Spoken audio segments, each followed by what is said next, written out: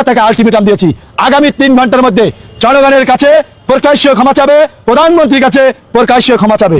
আমরা শান্তিপূর্ণভাবে আমরা বার্তা দিয়ে যাচ্ছি, আমরা পরবর্তী কর্মসূচি, যদি এই বার্তা রাশেদ প্রধান ইতিমধ্যে জেনেছে, তিনি বাসায় আছেন, আমরা চাইলে তাকে ধরে এনে এই রাজপথে পিটিয়ে লম্বা করে জিহ্বা বের করে ফেলতে পারতাম। আমরা কিন্তু সেটা করি নাই, কারণ আমরা গণতন্ত্রে বিশ্বাস করি, শান্তিতে বিশ্বাস করি। আমার দল এটা আমাদেরকে শিখিয়েছে, আমরা সেই দলের একজন কর্মী হিসেবে আমি আবারও বলতে চাই, যদি 3 ঘন্টার মধ্যে তার বক্তব্য প্রত্যাখ্যান না করে বৃহত্তর কর্মসূচি হবে, ওর বাড়ির ইটামিটা খুলে নেবে।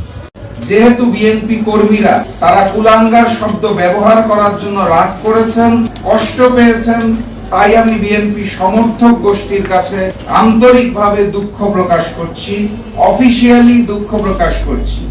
আলোচনা সভায় আমার দেওয়া বক্তব্যে আমি একই কথা বলেছি, নতুন কিছু নয়। আমার এই বক্তব্যের পরিপ্রেক্ষিতে আলোচনা এবং সমালোচনার ঝড় উঠেছে। অতীতে অসংখ্যবার দেওয়া বক্তব্যে তেমন কোনো প্রতিক্রিয়া দেখা না গেলেও 15 এপ্রিলের বক্তব্যে বড় রকমের প্রতিক্রিয়া লক্ষ্য করা যাচ্ছে।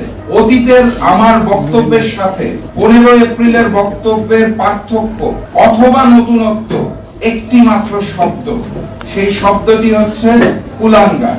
আমার ব্যক্তিগত ধারণা, সংখ্যক কর্মী কুলাঙ্গার শব্দের অর্থ ঠিকমতো উপলব্ধি করতে পারেন নাই, অথবা ওনাদের জানার ভুল আছে।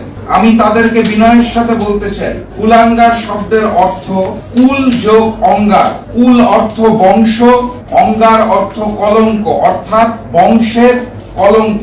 কুলাঙ্গার একটি বিশেষ্য, এমন ব্যক্তি যার কুকর্মের ফলে তার বংশ কলঙ্কিত অথবা অপমানিত হয়। সম্ভবত কুলাঙ্গার শব্দের অর্থ না বোঝার কারণে বিএনপির কিছু কর্মীদের মাঝে এত উত্তেজনা সৃষ্টি হয়েছে, কারণ এই বক্তব্যটা আমি দীর্ঘদিন ধরেই দিয়ে আসছি। এই একটি শব্দের বক্তব্যের অর্থ পরিবর্তন হয় না। তারপরে যেহেতু বিএনপি কর্মীরা তারা কুলাঙ্গার শব্দ ব্যবহার করার জন্য রাগ করেছেন, কষ্ট পেয়েছেন, তাই আমি বিএনপি সমর্থক গোষ্ঠীর কাছে আন্তরিকভাবে দুঃখ প্রকাশ করছি, অফিসিয়ালি দুঃখ প্রকাশ করছি। ভবিষ্যতে আর কুলাঙ্গার শব্দটি ব্যবহার করব না বলে আজকের এই সংবাদ সম্মেলনের মাধ্যমে কথা দিচ্ছি, ঘোষণা দিচ্ছি। কিন্তু অতীত থেকে ব্যবহার করে আসা আমার বক্তব্য কিন্তু একই রয়ে গেছে। আমি এই শব্দটা যেহেতু আপনারা মন খারাপ করছেন, আর ব্যবহার করব না।